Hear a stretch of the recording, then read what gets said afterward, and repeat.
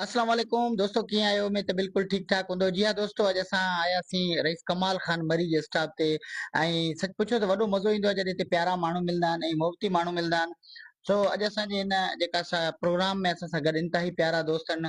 Doctor टीलाराम असांजो इंतिहाई महबूब दोस्त आहे जेको असांजो गाइडर आहे। उनखां पोइ जंहिं उताक ते मौजूदु आहियूं उहो हिकिड़ो इंतिहाई बहितरीन शख़्सियत जो मालिक साईं रईस केसर ख़ान मरी साहिबु। इंतिहाई मोहबती माण्हू आहे ऐं आउं जॾहिं बि हिते ईंदो आहियां ऐं मूंखे स्पेशली वॾी मोहबत मिलंदी आहे। साईं जो नंढड़ो आहे तमामु प्यारो ऐं ख़ूबसूरत नंढो गुलनि जहिड़ो ॿारु आहे। दोस्तों, हींअर तव्हांखे ख़बर आहे टेक्नोलॉजी जो दौरु आहे ऐं टेक्नोलॉजी जे दौर में तालीम जो जेको आहे सो हुअणु ज़रूरी आहे। ऐं तक़रीबन आउं तालीम खे वधि खां वधि फोकस कंदो रहंदो आहियां, छो त असांजी जेका रीढ़ जी हॾी जेका असांजी कामयाबी जी पाकिस्तान जी उहा आहे तालीम।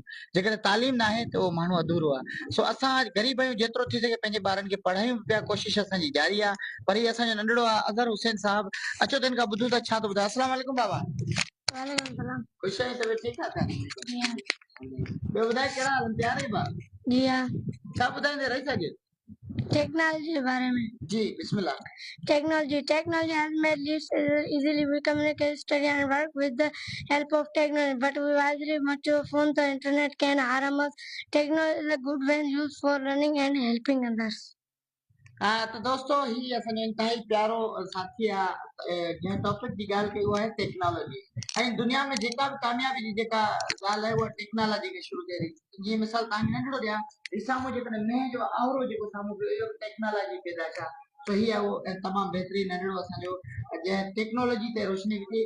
केसर साहब कीअं था भायो? अॼु नंढड़े जी कोशिशि था कई, अॼु असां तव्हांजे उतां के आया आहियूं। ज़बरदस्त माशाल्लाह अल्हम्दुलिल्लाह। नंढड़ा तालीम वठनि पिया ऐं ईअं बि कोन्हे माण्हू जेको चवंदा आहिनि था शहरनि में वञो तालीम वठो या छा।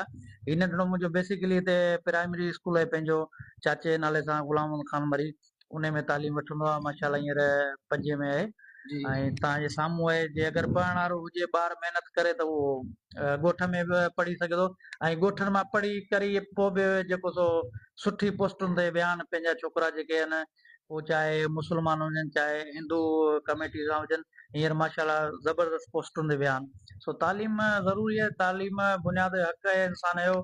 जेको बि वालदेन आहिनि उहो पंहिंजे ॿारनि खे तालीम ॾियारीनि ऐं वधि में वधि ईअं न आहे त ॻोठनि में तालीम कोन्हे। माशाल्लाह ॻोठनि में तालीम आहे, मिसाल तव्हांजे साम्हूं आहे। बिस्मिल्लाह, महिरबानी। अॼु तव्हांजे उतां ते असां मौजूदु कीअं था भया अॼु सारे? न माशाल्लाह वफ़ा तमामु बहितरीन ऐं ॾाढो सुठो। तव्हां जहिड़ा मोहबती माण्हू असां ॾींदा आहिनि, तमामु असांखे ख़ुशी थींदी आहे जॾहिं तव्हांजो मिलणु थींदो आहे, पंहिंजो मिलाप थींदो आहे इंशाल्लाह। बाक़ी हिन खां पोइ बि अलाह ख़ैर करे, ॿाहिरिनि वांगुरु दोस्ती ऐं संगत ऐं गॾूं। जहिड़ो हाल तहिड़ो पहिरियां नाल। वॾी महिरबानी। महिरबानी। ही हुआ रईस केसर ख़ान मरी जो तमामु